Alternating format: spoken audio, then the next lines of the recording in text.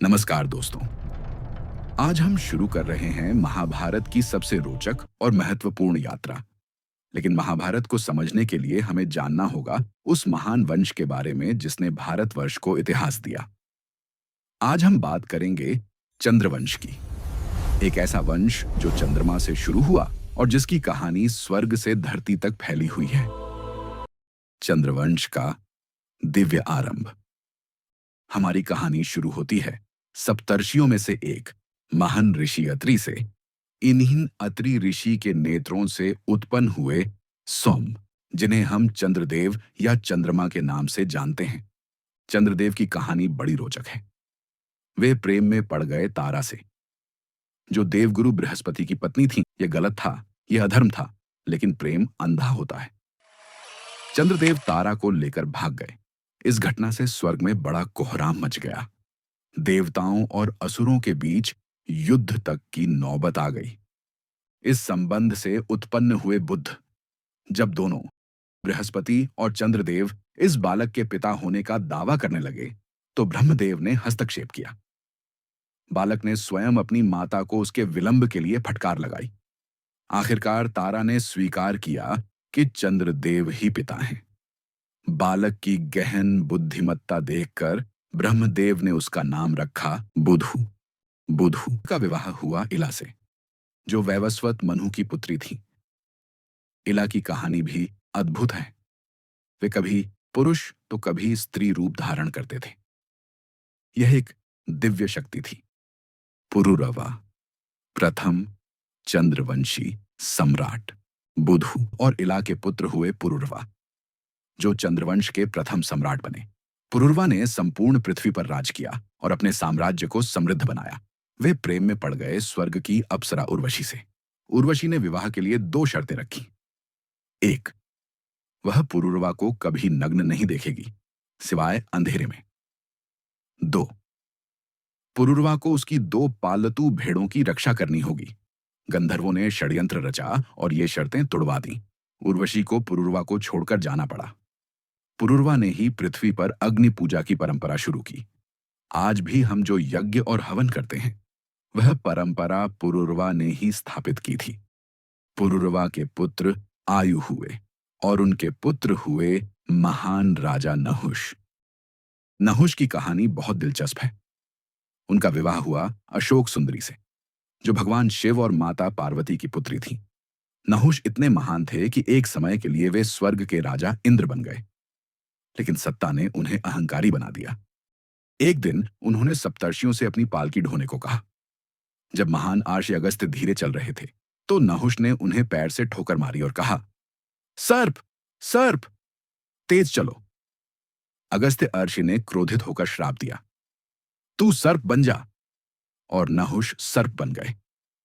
यह कहानी हमें सिखाती है कि अहंकार का अंत बुरा होता है। नहुष के पुत्र हुए महाराज ययाति। ययाति की 2 पत्नियां थीं। पहली देवयानी, शुक्राचार्य की पुत्री, और दूसरी शर्मिष्ठा, असुरों की राजकुमारी। देवयानी से उन्हें 2 पुत्र मिले, यदु और तुर्वसु। शर्मिष्ठा से उन्हें 3 पुत्र मिले, द्रुह्यु, अनु और पुरु। ययाति अपनी पत्नी देवयानी के प्रति वफादार नहीं रहे। उन्होंने शर्मिष्ठा के साथ संबंध बनाए। जब यह बात देवयानी को पता चली, तो उन्होंने अपने पिता शुक्राचार्य से शिकायत की। क्रोधित शुक्राचार्य ने ययाति को श्राप दिया, तू तुरंत वृद्ध हो जा। वृद्ध हो गए। ययाति ने अपने 5 पुत्रों से निवेदन किया, क्या कोई अपनी युवावस्था मुझे दे सकता है और मेरा वृद्धावस्था ले सकता है? 4 बड़े पुत्र यदु, तुर्वसु, द्रुह्यु और अनु ने मना कर दिया, लेकिन सबसे छोटे पुत्र पुरु ने कहा, पिताजी, मैं तैयार हूं, आप मेरी युवावस्था ले लीजिए। यह सुनकर ययाति बहुत प्रसन्न हुए। उन्होंने पुरु की युवावस्था ली और हजारों वर्षों तक भोग विलास किया। ययाति ने अपने बड़े पुत्र यदु को श्राप दिया कि उसके वंशज राजा नहीं बनेंगे, और सबसे छोटे पुत्र पुरु को आशीर्वाद दिया और उसे सिंहासन का उत्तराधिकारी बनाया। अंत में ययाति को एहसास हुआ कि कामनाएं कभी पूरी नहीं होती। उन्होंने पुरु को उसकी युवावस्था वापस कर दी और वन में चले गए। ययाति के 5 पुत्रों से 5 महान वंशों की शुरुआत हुई। सबसे पहले है यदुवंश, यदु से उत्पन्न। यदुवंश ने मथुरा, द्वारका और पश्चिमी भारत पर अपना तेज फैलाया। आगे चलकर उसी यदुवंश से जन्मे कृष्ण और बलराम। दूसरा है तुर्वसु का वंश। तुर्वसु से आगे बढ़े यवन और समुद्री समुदाय, जो भारत की पश्चिमी सीमाओं और व्यापारिक मार्गों पर बसे थे। तीसरा वंश द्रुह्य का वंश। द्रुह्य के पुत्र गांधार ने उत्तर पश्चिम में एक महान राज्य की स्थापना की, गंधार। आगे चलकर उसी वंश से जन्मे गांधारी और शकुनी। चौथा वंश है अनु का वंश। अनु के वंशज कहलाए अनव, जो पंजाब और उत्तर पश्चिमी प्रदेशों में बसे और कई प्राचीन जनजातियों के जनक बने।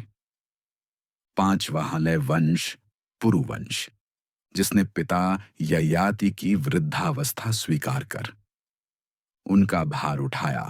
उसी पुरुवंश से जन्मे दुष्यंत, राजा भरत और आगे चलकर कुरु, पांडव, कौरव। पुरु के बाद कई पीढ़ियां गुजरी। कुछ राजा महान थे, कुछ साधारण, लेकिन वंश चलता रहा।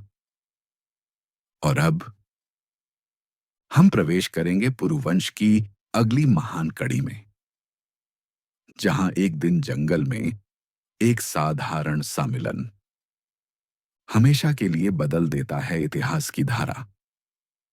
अगले एपिसोड में देखेंगे राजा दुष्यंत की गाथा, एक वीर राजा, एक दिव्य प्रेम कथा और उस पुत्र की कहानी जिसके नाम पर इस भूमि का नाम पड़ा, भारत।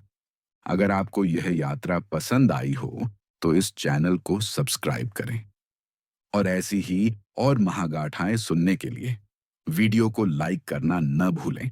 हम फिर मिलेंगे अगली कहानी में।